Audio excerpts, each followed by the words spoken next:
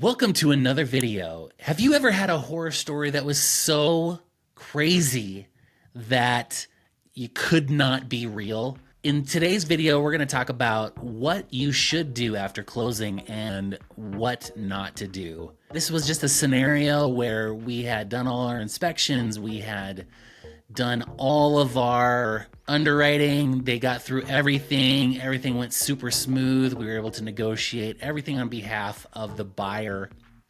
And after closing, which most of us, when we close on a new house, what do we want to do? We want to go to the house, go check it out, and just be like, this is our house. You do the walkthrough, whatever, and then you stop, and then you just go back to where you're moving from, or the moving truck or whatever, and you just go to the house and you start moving your stuff in. Well, in this particular scenario, the buyers closed on the house and then they did not go to the house. For whatever reason, they said, you know what, we're not gonna get here till Monday because we have to go get our stuff. But the rule number one is always, even if you did a walkthrough the day before closing, you always go to the house because you just never know. You might forget to maybe turn the lights on. Maybe you forgot to get the trash in your name. Maybe there was a door that was open that was not closed. Well, in this scenario, now let me back up a little before we get to the punchline here. There was a moment when we walked through the house. They loved the size of the house. They loved the location. It was on a corner lot. This house in particular had 3 sump pumps in it. And a lot of times, you know, sump pumps do their thing as long as there's power. As long as there's power, sump pumps will do their thing. This house also had a sewage pump, which is not unusual for homes depending on where they're located and how far down the sewer line they are. Sometimes the sewer needs a bit of assistance to get that sewage from the house to the sewer line. Not a big deal. That's pretty normal. We closed on a Friday. It was Friday morning. And on the day of closing, the utilities are the responsibility of the buyer. So when you close, make sure that your utilities are in place when you close.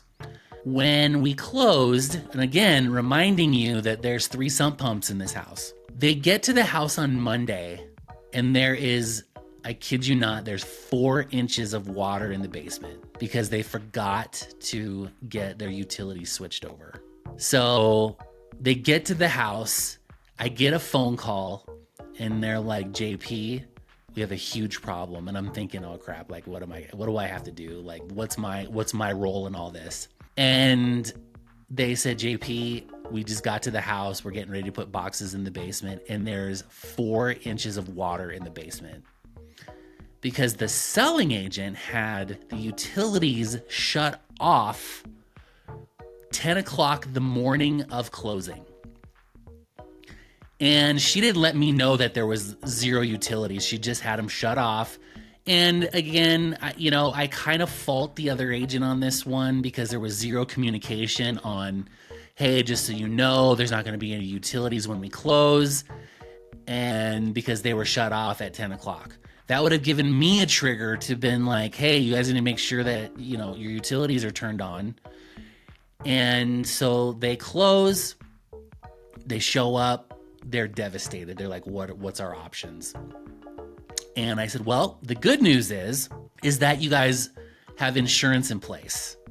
And the insurance was effective the day of closing because you have to get a certain amount of premium escrowed into the closing statement. So they had insurance in place automatically. But I mean, could you imagine, like, welcome home, here's your swimming pool, right? Like, how insane is that? So it gets even better than this. So after they did this whole situation, they're like, you know what, we're going to install a security system in the house. We're going to have moisture sensors installed in the basement. We're just going to make sure that this never happens again. So they're out of town 4 months in. They come back home. Boom, 4 inches in the basement again after they just got all of this stuff done.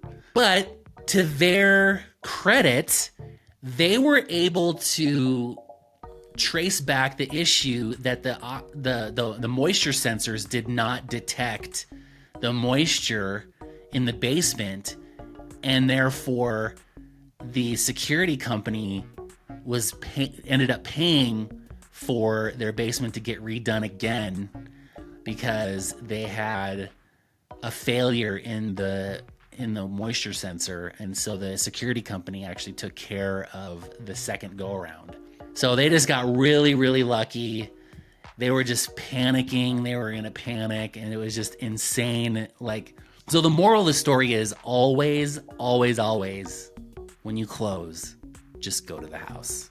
Hope that helps. Make sure you do your due diligence and keep those utilities on. I'm JP Fluellen. Catch you guys in the next video. Peace.